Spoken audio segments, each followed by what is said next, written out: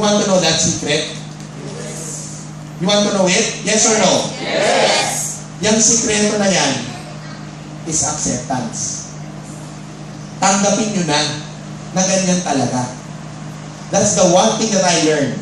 Kaya ako po, kapag may problema kami sa buhay namin, pag may mga dumadating kami financial problems, pag may mga problema dumadating sa amin with schedules, kapag may mga bagay na pinagtatalunan kami ng wife ko, hindi ako yung nagtatagal sa akin. Hindi kami, nung wife ko, hindi nagtatagal sa amin ng problema. Why? Kasi ito parati ko sinasabi, hayaan mo na, wala tayong magagawa. Ganyan talaga yan.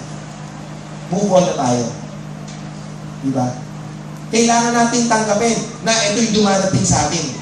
Why? Ito yung binibigay sa atin eh.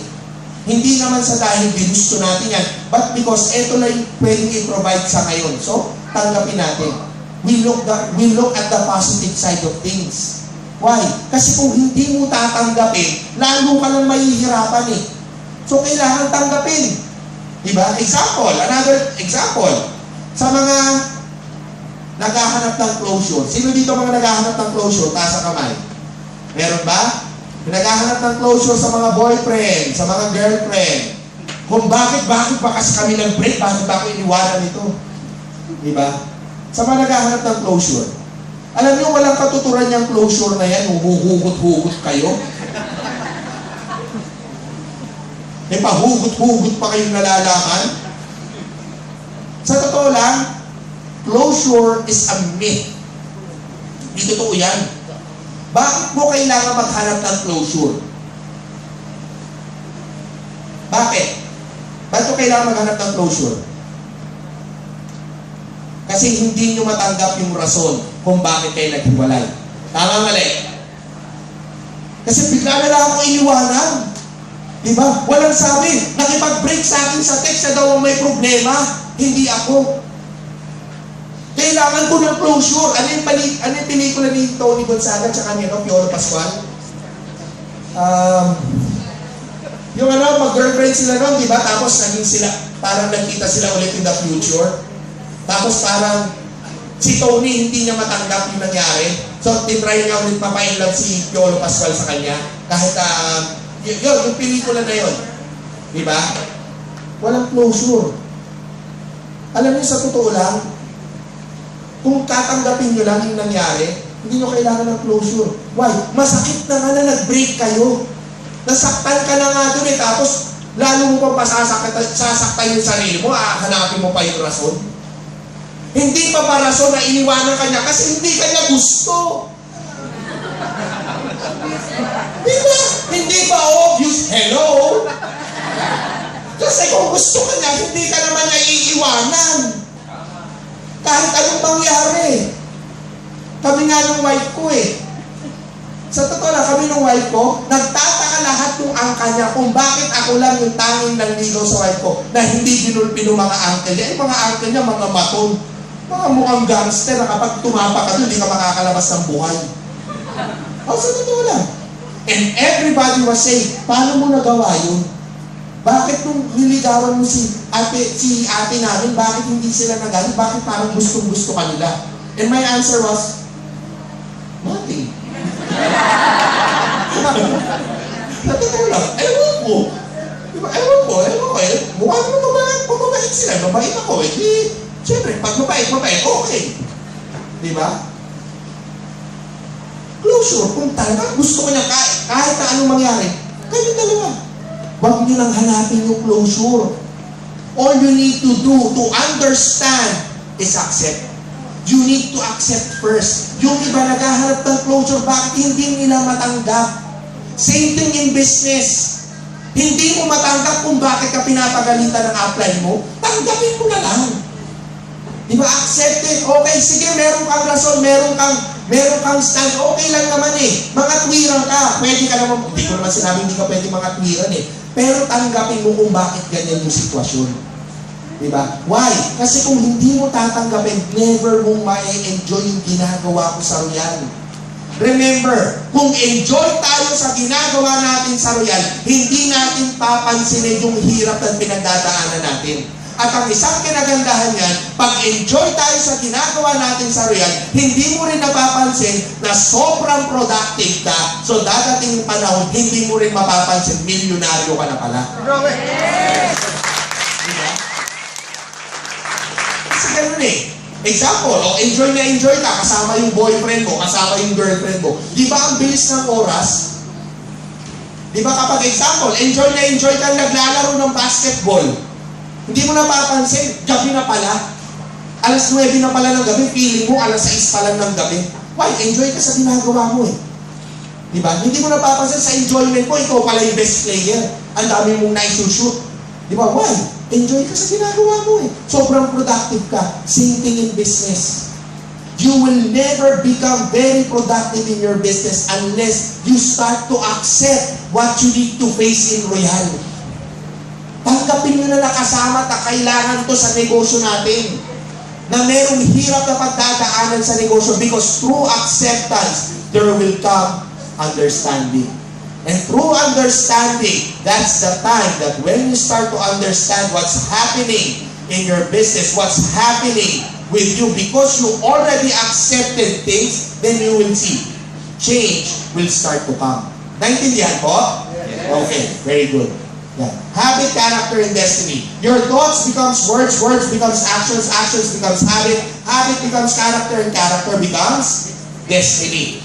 Kung ano yung iniisip natin, nagiging salita natin. Kung ano yung sinasabi natin, dapat yun yung ginagawa natin. Kung ano yung ginagawa natin, dapat gawin natin sa parati. At kung ano yung parati natin ginagawa, nagiging character natin. At kung ano yung character natin, kung ano yung magiging paniniwala natin, dyan magbabase kung saan natin dadali ng sarili natin. Remember, kung nasaan tayo ngayon sa buhay natin, kasi dinala natin yung sarili natin dito. Base yan sa lahat ng desisyon natin. At yung desisyon natin, binabase natin yan sa mga paniniwala natin. At yung mga pinaniniwalaan natin, yan yung mga ginagawa natin sa araw-araw. At kung ano yung ginagawa natin sa araw-araw, yan din yung mga salitang sinasabi natin. Yan din yung mga bagay na iniisip natin. The question is, ano bang pinaniniwalaan natin? Positive ba o negative? Great minds discuss ideas, average minds discuss events, small minds discuss people, according to Eleanor Roosevelt. Be aware of your own thoughts, words, and actions when you are doing your real business. It is a people's business, and as a businessman in a people's business, you should never let your thoughts, words, and action run out of control. This is called immaturity. Sino po dito may mga anak na toddlers? May mga anak na toddlers, mga 2 years old, 3 years old, 4 years old yan. Question. Kapag di natin naibigay yung mga gusto ng mga toddlers natin, anong ginagawa nila? Nagwawala. Nagtatantrums. Walang pinipiling lugar, walang pinipiling kasama, walang pinipiling oras. Pag hindi mo binigay gusto nila, tantrums yan. Bakit? Bakit gano'n ng mga toddlers? Bakit sila nagtatantrums? Simple. Kasi hindi nila kaya kontrolin yung emosyon nila. Hindi nila ma-express kung ano yung gusto nilang express. So nilalabas nila yung through tantrums. Diba? Why? Kasi ang tao hindi kaya kontrolin ng sarili niya, ang isipan niya, lalo ng emosyon niya, yan yung mga tao tinatawag natin na immature.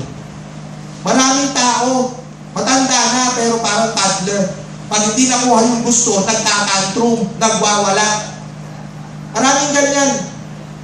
Diba? Yung downline na ayaw sumunod sa upline, tapos biglang hahanapan ng resulta yung upline kung bakit siya. Hindi kasi ako tinutulungan ng upline ko kasi ganito, kaya ganito lang yung check ko, tapos nagwawala kayo. Pinanisiraan yung upline. May mga upline nagwawala kasi mga downline ko, mga walang kwenta, mga tamad. Ganyan. Pagkakalitan mo ng gusto yung mga downline mo. Hahanapan mo ng resulta yung downline mo kasi ikaw, maliit yung check mo. Diba? Magwawala ka. Diba? Immaturity.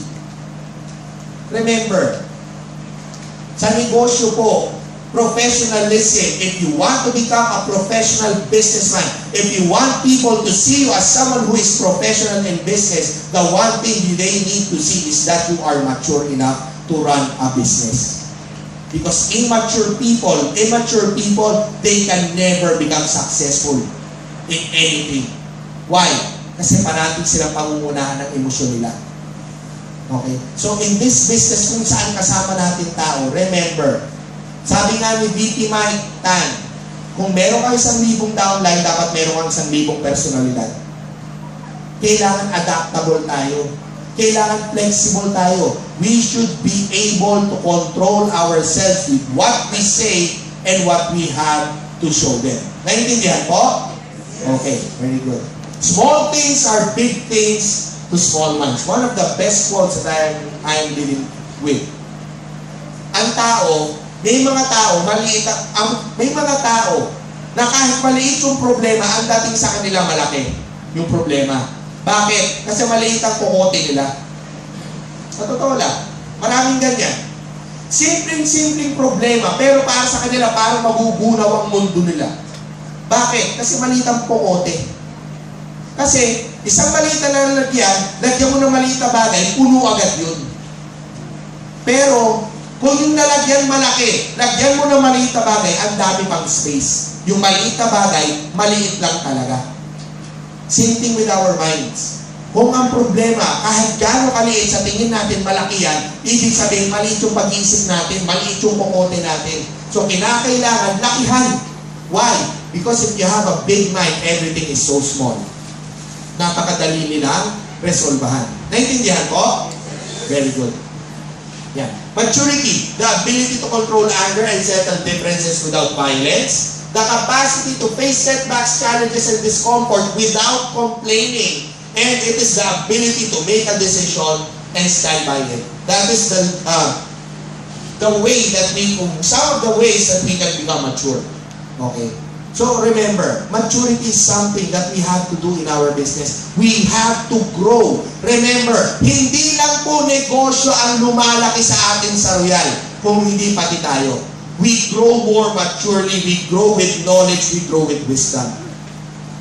Hindi po pwedeng negosyo lang. Why? Pansinin nyo lahat ng successful na tao sa mundo. Lahat sila mababait. Lahat sila ang ganda ng sinasabi. Lahat sila willing tumulong sa ibang tao. Willing turuan ang mga gustong matuto. Bakit? Kasi on their way to success, hindi lang pera nila ang lumaki. Hindi lang negosyo nila ang lumaki. Lumaki din sila as a person. Lumawak yung pag-iisip nila. Mas lalo silang naging mature. Mas lalo nilang nakita kung gaano dapat patakbuhin ng maayos ang isang negosyo. Ganon din dapat tayo. Gusto natin maging successful, yes, but success doesn't only mean money. Kailangan in all aspects in our life, ma-achieve natin ang success. Hindi lang sa pera. Maraming tao, akala nila magiging successful sila kapag yumaman sila, doon sila nagkakamali. Successful ka nga sa negosyo, pero hindi ka naman successful sa pamilya mo. Anong success doon? Successful ka nga sa negosyo, pero wala ka namang tinutulungan ibang tao. Anong success doon? Diba? Successful ka nga sa negosyo, marami ka nga pera, pero ang pangit naman ang ugali mo. Paano ka naging successful?